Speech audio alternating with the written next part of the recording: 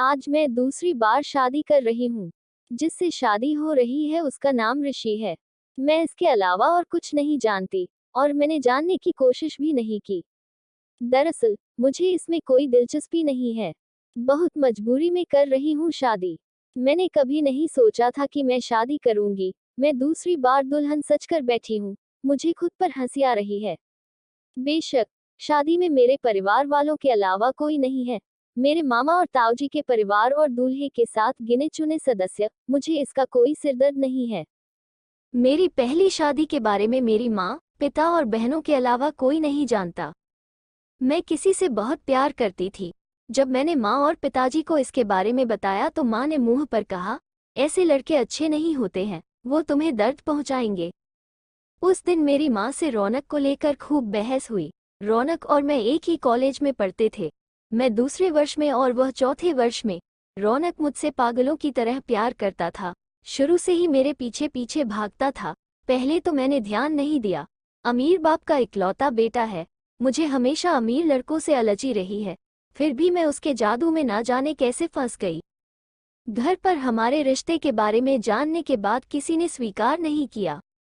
इसलिए 2 महीने के जबरदस्त रिश्ते के बाद मैंने और रौनक ने गुपचुप से शादी कर ली। मेरी शादी के बारे में घर पर किसी को नहीं पता था। शादी के 3 महीने बाद मुझे पता चला कि मैं मां बनने वाली हूँ। रौनक बोला, बच्चे को अबॉर्ट कर दो। मैं इस बात पर सहमत नहीं थी। इसके बाद से रौनक ने मुझसे संपर्क बंद कर दिया। यहाँ तक कि जब मैं उसके पते पर गई तो भी वह मुझे नहीं मिला। मुझे उसके दोस्तों से पता चला कि वह विदेश चला गया था और मेरे नाम एक पत्र छोड़ गया था जहां लिखा था कि रौनक मुझसे कोई रिश्ता नहीं रखना चाहता। चूंकि हमारी शादी का कोई तीसरा गवाह नहीं था, इसलिए मैं कोई कार्रवाई नहीं कर सकी। घर पर मेरी प्रेगनेंसी के बारे में पता चलने के बाद अपना सम्मान बचाने घरवालों ने ऋषि के साथ मेरी शादी करने का फैसला किया। मैं शादी नहीं करना चाहती थी। मैं एक इंसान को कैसे धोखा दे सकती हूँ? अपनी गलतियां दूसरों पर कैसे डाल दूं? फिर भी परिवार के बारे में सोचकर सहमत हो गई। मैंने सोचा ऋषि को सब बता दूंगी, फिर अगर उसने मुझे भगा दिया तो मैं कहीं दूर चली जाऊंगी। बारात आ गए और मैंने शादी कर ली। रौनक को भूलकर किसी और के साथ घर बसाना बहुत मुश्किल था, लेकिन मुझे अपने बच्चे को बचाने के लिए ये शादी करनी पड़ी। मैं बेडरूम में बैठी हूँ और ऋषि को सब कुछ बताने का इंतजार कर रही हूँ। मैं ऋषि को नहीं जानती और उसे अभी तक नहीं देखा है। अचानक मैंने दरवाजा खुलने की आवाज सुनी। मैंने झट से घूंघट थोड़ा और खींच लिया। मैंने किसी को पास आते हुए सुना और आवाज आई, नमस्ते। मैं आपका पति ऋषि हूँ। क्या मैं आपके साथ आकर बैठ सकता हूँ? हाँ बिल्कुल। ऋषि आकर बिस्तर के एक कोने में बैठ गया। मुझे डर था कि कहीं वो आदमी गिद्ध की तरह मुझ पर न कूद पड़े, लेकिन उसने मुझे आश्चर्यचकित कर दिया। वो उतना बुरा नहीं है जितना मैंने सोचा था। हालांकि मुझे पुरुषों पर ज्यादा भरोसा नहीं है। ऋषि मेरे बगल में एक हाथ की दूरी पर बैठा है। उसने बोला, शायद आप मुझसे शादी नहीं करना चाहती थी, है ना? नहीं, मेरा मतलब है, अगर आपको संकोच हो तो रहने दीजिए। आपने मुझे नहीं देखा। मैं काला हूँ या गोरा, लंबा हूँ या नाटा, आपको जानने का मन नहीं हुआ? दरअसल, आपको देखने से पहले मुझे आपको कुछ बताना था।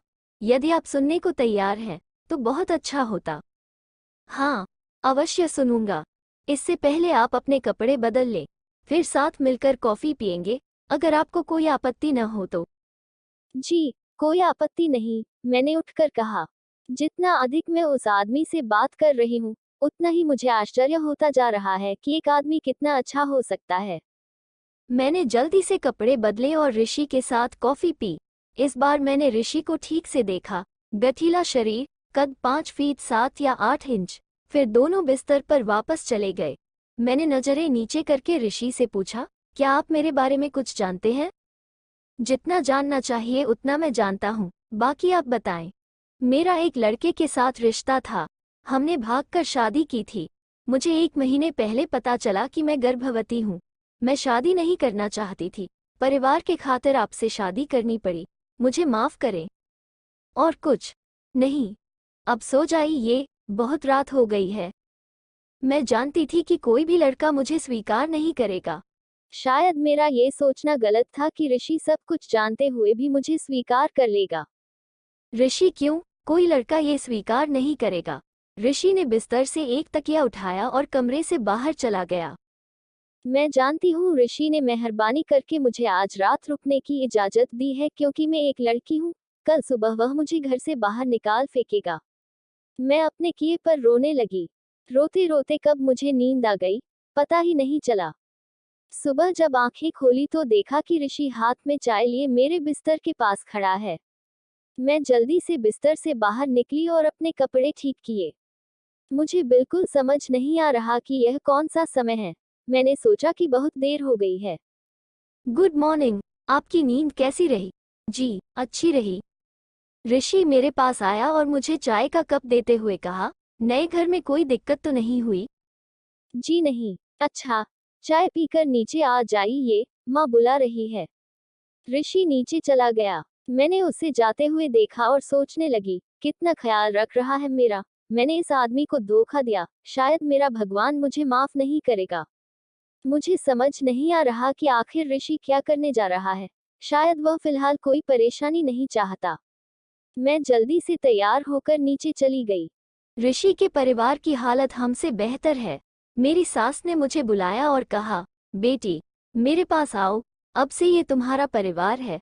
ऋषि हमारा इकलौता बच्चा है, उसे दुखी कभी मत करना। मुझे समझ नहीं आ रहा कि उत्तर में क्या कहूँ। मैं चुपचाप खड़ी रही। अगले दिन ऋषि मेरे साथ हमारे घर आए।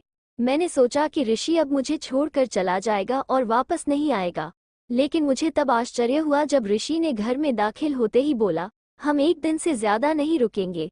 रात को जब मैं कमरे में आई तो मैंने पूछा, आपने मेरे बारे में क्या सोचा? सोचना क्या है, अब सो जाइए। इतना कहकर ऋषि ने सोने के लिए तकिया लेकर फर्श पर सोने चला।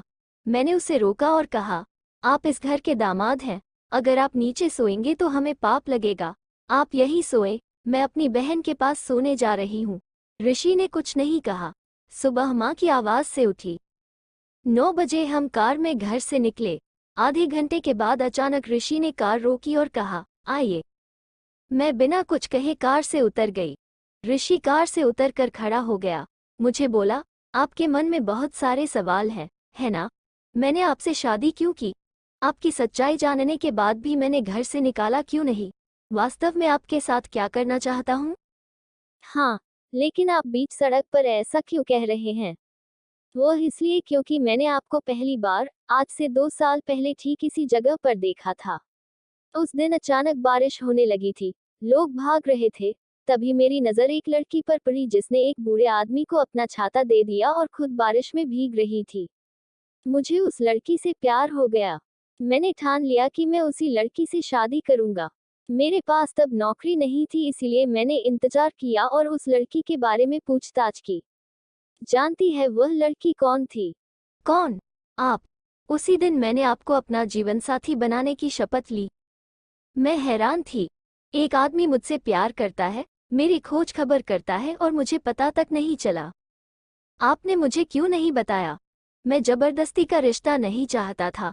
मैं तुम्हें अपने जीवन साथी के रूप में पाना चाहता था, इसलिए पहले मैंने खुद को तुम्हारे लायक बनाया। लेकिन मैं आपके लायक नहीं हूँ। मैंने पाप किया है, मेरे पेट में किसी और का बच्चा है।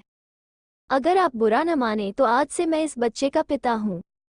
लेकिन मैं आपके रिश्ते, शादी और बाकी सब कुछ जानता था, लेकिन मैं आपके मुंह से सुनना चाहता था। देखिए, गलतियां तो इंसान से होती है, उसे माफ भी किया जा सकता है। मैंने कभी नहीं सोचा था कि कोई इंसान इतना अच्छा हो सकता है। इंसान इंसान में कितना फर्क होता है।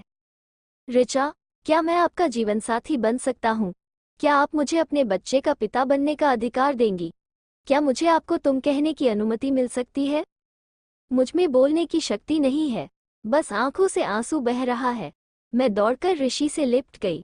ऋषि और मेरी शादी को आज 3 साल हो गए हैं। मैं दूसरी बार माँ बनने वाली हूँ। मेरा और ऋषि का बच्चा, हमारा पहला बच्चा 2 साल 6 महीने का है।